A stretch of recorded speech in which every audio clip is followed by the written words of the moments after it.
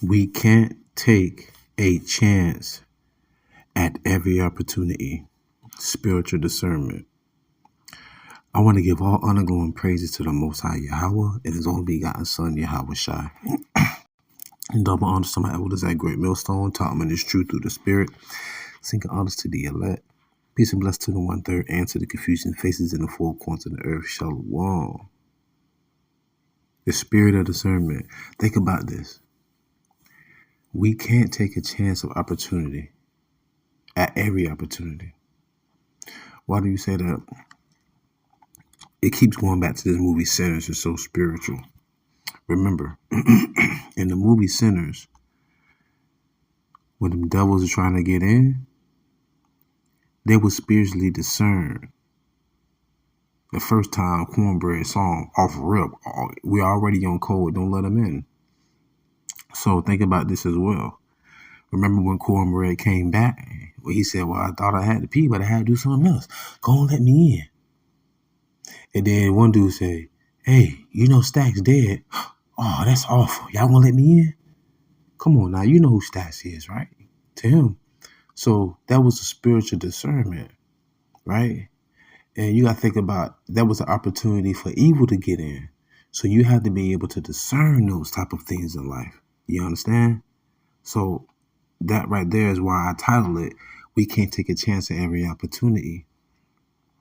Because I was talking to the brother Lawat in the car, and I was like, we live in Esau society, right? So we have to abide by his rules. You know, if you run a red light, you're subject to get a ticket. You can't blame nobody else but yourself. You took that action, right? So you should have a spiritual discernment that there's consequences to that. So that's no different than being around a woman, talking to her, caking with her. I'm talking about you talking the whole time, breaking bread, everything. So like, let's say 2 weeks come in and all of a sudden you get invited to her house. You walk in the house, you see pictures of her, a man, and some kids. You're like, what? Yeah, hold on. Are you married? Yes. Is that a problem? Right then and there, you still have the chance and opportunity to sleep with that woman. But now, not only would you be sleeping with her, you'll be committing adultery. That's what I mean by having spiritual discernment. I'm not saying this is something that happened, but I'm saying like there have been moments in my life where I didn't know a girl had a man. Meaning I asked, but she lied. I was used before, right? So Ecclesiastes 9:11.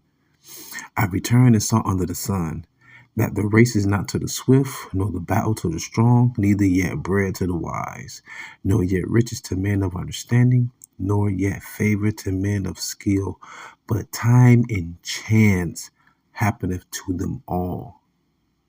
So there's always a time and chance, an opportunity that we can take. But if you're spiritual, you won't do it, depending on what the circumstances is, or you would do it. Prime example. Think about Esau and Jacob. Esau was faint. He was hungry, famished.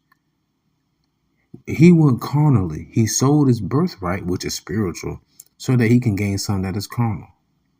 Rather than being spiritual by refusing his flesh, starving his flesh, and feeding his spirit by fasting. You understand? So there was a chance and opportunity for Esau right there. He could have kept his birthright, waited, and then ate later. No, I'm going to sell it right now. I need to eat right now. That's a prime example of chance and opportunity. We can't take a chance at every opportunity, right? Let me give you another example. This is Matthew chapter 4, verse 1. Then was Yahawashi led up of the Spirit into the wilderness to be tempted of the devil. And when he had fasts 40 days and 40 nights, he was afterward and hungered. And when the tempter came to him, he said, If thou be the Son of God, command that these stones be made bread. This was a chance and opportunity for Yahawashi. But remember, we can't take a chance at every opportunity. But he answered and said, It is written, man shall not live by bread alone, but by every word that proceedeth out of the mouth of the Most High. Now this is very heavy. Esau, he wasn't even thinking about the Lord. He thought about that meat. He literally thought about the bread, the food, right? So you can't just live by that alone, Esau or Jake. You still got to live by the word itself, right? Like the scripture says, I think they ask, what profited me to serve the Lord? Like, are you serious? But that's in the scripture, like somebody would ask that. But nonetheless, though, you still have to serve the Lord. That means your spirit and not just your flesh. Matthew 4:5. Then the devil taketh him up into the holy city and setteth him on a pinnacle of the temple, and saith unto him, If thou be the Son of God, cast thyself down. For it is written, He shall give his angels charge concerning thee, and in their hands they shall bear thee up, lest at any time thou dash thy foot against a stone. This is him still tempting Yahawashi. There's another chance at this opportunity to prove that he can do what he wants. Verse 7, Yahawashi said unto him, It is written again, Thou shalt not tempt the Lord thy God. See, Satan, or the devil, how you want to look at it, the devil wanted Yahawashi to go against Yahweh's plan. Remember in John, the 4th chapter, I think it was 4:31, Yahawashi said, My meat is to do the will of him that sent me. So that right there let you know, I'm not here to do what I want. I'm here to do what I was commanded to do in the spirit. So right here at this moment, there was a chance and opportunity that Yahawashi could have showed him, I could turn this bread, I could turn these stones into bread. I could summon the angels. But you know what Yahawashi did? Stood ground. Used spiritual discernment. Because Yahawashi know that Satan, the left-hand side, worked for his father, worked for father. Yeah. So Matthew 4:8. Again, the devil taketh him up into an exceeding high mountain, and sheweth him all the kingdoms of the world and the glory of them, and saith unto him, All these things will I give thee, if thou wilt fall down and worship me. Then said Yahawashi to him, Get thee hence, Satan, for it is written, Thou shalt worship the Lord thy God, and him only shalt thou serve. So even the devil tried to say, Hey, sell me your soul and I'll give you all these things, pretty much. He's like, Nope, I'm going to serve the Lord and not you. Verse 11, Then the devil leaveth him, and behold, angels came and ministered unto him. What does it say in the scriptures? Resist the devil and he shall flee. But you have to resist. See, if you give him a chance, well, you dead to rights. He's dead to rights. It's no different than sinners. You had to allow them in order for it to happen, right? You had to run that red light in order for you to get a ticket. You had to sleep with that married woman in order to commit adultery. There are chances and opportunities, but you can make a decision. That does not mean you have free will. I will say this again. You do not have free will, because if that was the case, everybody on earth would say the day they want to be born. I had no say so the day I was going to be born. Therefore, I don't have free will. I have chance and opportunities. And this ain't no DeSecco's commercial where he said opportunity waits for me. I love that one. But you get what I'm saying? Every day you wake up, you're living in the present. That's why it's a gift. I know that's kind of cliche, but that's the truth. You understand?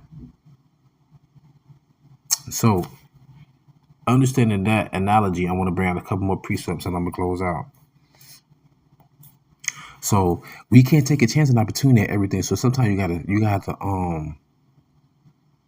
to analyze the situation and ask yourself, how much more would this benefit me in the ministry? Like I said, lately, I've just really been focused, man, like heavy. I just been like studying, working out, just going to work. And it's like women just becoming more and more nice, kinder. Like today at the store, I'm gonna close out soon. Today at the store, I saw this older Judah-looking woman walking towards the door. I politely put my stuff on the counter and I ran to the door and held it for her. She thought I was leaving. I said, No, I saw you coming up, so I held the door for you. So like, oh, thank you. Not too many gentlemen around today. And I said, chivalry isn't dead. He just know who to show up for. And she looked at me and like nodded her head and said, that's right. I'm making a long story short. I told her I'm a country boy living in the city, yada, yada. We had a small conversation. Take care. Before I can hit the door, a lovely Judahite woman wearing an all-black dress walks in. Don't you know this woman held the door for me? You know how you already in, but you like extend your arm out to hold the door. And I was like, oh, thanks. She's like, how you doing? I said, I'm fine. Thank you, sweetheart. I'm like, wait a minute. She asked me how I'm doing. Ain't in addition, she held the door. Chance and opportunity, I didn't take it. I already know, so it's like that right there made me bring that up with the brother in the car. It's like, man, I should have spoke. I was like, nah, man, I'm good, man. Work, gym, faith, home. Work, gym, faith, sleep. Work, gym, faith, sleep. That's it. You're like, man, that's it. That's how it's supposed to be. And when the brother said something beautiful, like, that's a high value man mentality. I said, damn, you're right. You're right. And it was just a beautiful moment. And that what prompted me to want to do this video. So I got 2 more precepts that I'm gonna close out. Hebrews chapter 5 verse 14. But strong meat belongeth to them that are of full age, even those who by reason of use have their senses exercised to discern both good and evil. To discern both good and evil. That's the point of growing in this thing, growing in this truth. So you can discern who's an agent. You can discern who's telling the truth. Hell, you can discern what is the truth. That's the first and foremost thing of it all. Discern the spirit of truth, which the world cannot receive. Once you can analyze the truth, once you know the truth, you can. Once you have the truth, it's like having a cheat sheet, like having a game shark back in the day, y'all. You know what I'm talking about, right? Cause like the elders, man, I love the elders. A great millstone, like the elder said. Elder Apostle Bar said it though. In order for you to tell a lie, you must know the truth. So once you know the truth, it don't matter what lies they bring to you. They can bring 10 different lies. Stay on the truth. And that goes back to also having the spirit of discernment. Now I have another one. 1 Corinthians chapter 2, verse 14. But the natural man receiveth not the things of the spirit of Yahawah, for they are foolishness unto him. Neither can he know them, because they are spiritually discerned. And I believe on that note. So with that being said, I truly pray y'all was edifying, fed. Stay in the spirit, don't fear it, just endure it. Ask for forgiveness, pray without ceasing. Stay humble, remain diligent. YAHAWAH, Shalom. Remember, be spiritually discerned and always be circumspect. YAHAWAH.